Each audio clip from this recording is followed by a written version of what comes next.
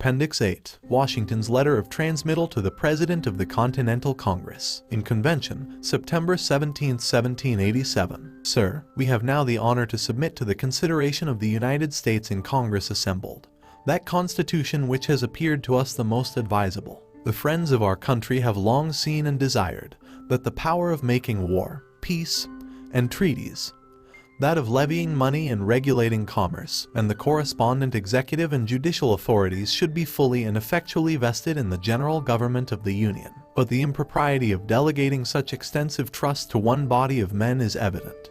Hence results the necessity of a different organization. It is obviously impracticable in the federal government of these states to secure all rights of independent sovereignty to each, and yet provide for the interest and safety of all individuals entering into society must give up a share of liberty to preserve the rest. The magnitude of the sacrifice must depend as well on situation and circumstance as on the object to be obtained. It is at all times difficult to draw with precision the line between those rights which must be surrendered and those which may be reserved, and on the present occasion this difficulty was increased by a difference among the several states as to their situation, extent, habits, and particular interests. In all our deliberations on this subject we kept steadily in our view that which appears to us the greatest interest of every true American, the consolidation of our Union, in which is involved our prosperity, felicity, safety, perhaps our national existence. This important consideration, seriously and deeply impressed on our minds,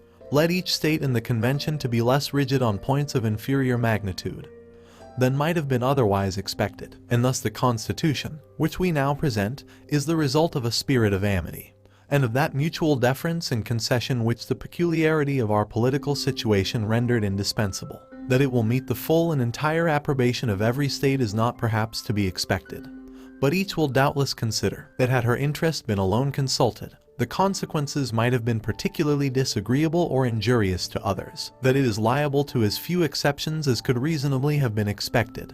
We hope and believe that it may promote the lasting welfare of that country so dear to us all, and secure her freedom and happiness, is our most ardent wish. With great respect, we have the honor to be, Sir, Your Excellencies, most obedient and humble servants, George Washington, President. By unanimous order of the Convention, His Excellency the President of Congress.